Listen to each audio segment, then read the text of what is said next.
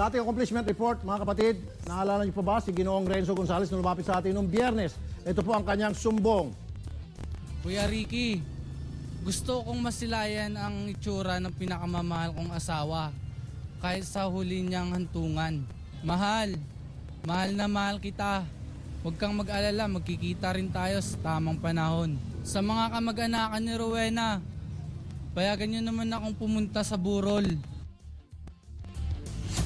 Ito po ay nabigyan na ng aksyon. Sinamahan natin si Ginoong Gonzales sa Bukawi Police Station para magpa-assist sa pagpunta sa burol ng kanyang asawa dahil sa natatakot daw siya na baka may mangyari masama sa kanya roon. Maayos naman siyang nakarating sa burol ng kanyang mahal na asawa at doon ay nakita na niya ang mga labi nito. Lubos siya nagpapasalamat. Sir Rafi, marami pong salamat sa tulong nyo. Salamat po kasi nakita ko na po yung asawa ko. Marami pong salamat. Salamat po sa lahat. Be sure to come back. Use 5 everywhere. Copyright 2016.